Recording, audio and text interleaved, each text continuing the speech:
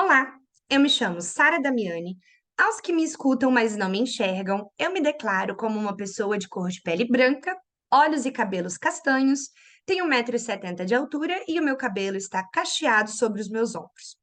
O meu trabalho faz parte da minha dissertação de mestrado. Eu sou aluna do programa de pós-graduação da Universidade Federal do Espírito Santo e ele se intitula Redes Criativas, uma prática pedagógica guiada pelo jogo teatral de viola Spolin.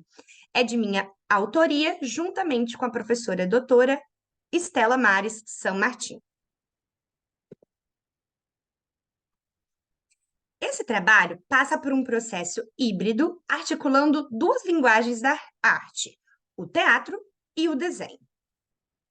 O processo, ele acontece dentro do ensino de arte, investigando como a criatividade pode ser desenvolvida, ligando a estrutura do jogo teatral de viola Spolin com os desenhos infantis e suas elaborações. Essa aproximação, ela se deu pela urgência em perceber que a metodologia de uma linguagem, ela pode contribuir para os processos criativos de outra linguagem. Duas autoras foram muito importantes para este trabalho, Ana Angélica Albano e Silvana de Oliveira Augusto. As duas consideram a elaboração do desenho como uma prática de jogo, onde a criança é capaz de solucionar problemas e estabelecer suas próprias regras. Ana Angélica Albano, ela começa o seu livro O Espaço do Desenho, a Educação do Educador, dizendo: toda criança desenha. E Viola Spolin também registra: todos somos capazes de jogar. Portanto, a primeira pergunta lançada a esta pesquisa é: se todos somos capazes de desenhar e jogar, somos capazes de desenhar jogando? A partir dessa pergunta, encontramos algumas dificuldades. A bibliografia nos mostrou que quando a criança entra para a escola, ela rompe tanto com os jogos e também com o desenho.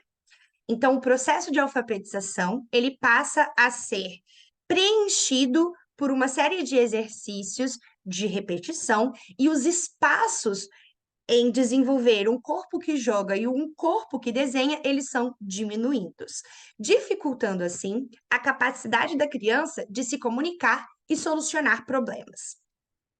Pensando nisso, resolvemos adaptar a ficha A79, construindo uma história, congelar a palavra no meio, incluindo a prática do desenho neste processo. O jogo, ele foca em continuar uma história a partir do corte de uma palavra. Então, escolhemos elaborar e introduzir este jogo em uma turma de sexto ano e organizamos a sala em formato circular e dentro deste círculo colocamos uma mesa com folha 4, lápis, borracha e régua. Toda vez que uma criança se direcionava ao centro deste círculo, ela contava parte da história elaborada por seu pensamento e também traçava uma parte do desenho que se tornaria um desenho colaborativo. Eu vou ler a narrativa construída pelas crianças e toda vez que eu pausar a minha fala, significa que uma criança entrou no lugar de outra para continuar este processo.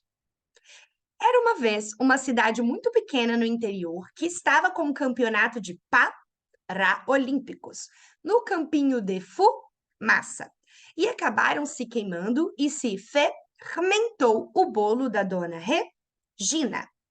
E ela fez um bolo muito gororobenteira, muito horrível.